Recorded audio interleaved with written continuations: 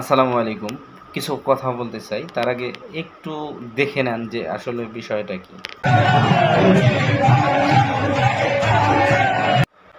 আধুনিক যুগে যখন ইসলামের একমাত্র আলোকিত হিসাব অন্ধকার সমাজকে পথ দেখাতে চায়, এমন কিছু ব্যক্তি পৃথিবীতে আসার পরে তারা ধর্মীয় বিষয়বস্তু নিয়ে আলোচনা করতেন এবং কি দিন প্রচারের চেষ্টা করতেন।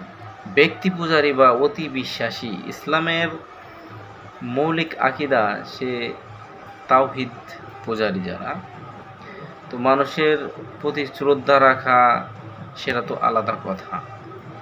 তবে তার মানে এই না যে তাদেরকে সেজদা দিতে হবে। যে মানুষের পায়ে সেজদা দেওয়া শিরকি গুনাহ, গুমরাহি বা ইসলামে ধ্বংসের মূল।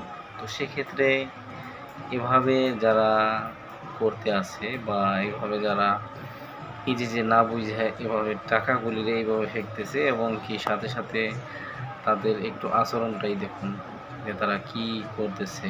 আসলে ইসলামের সে ভালো কিছু চায় নাকি ইসলামকে ধ্বংস করার রাস্তায় আছে?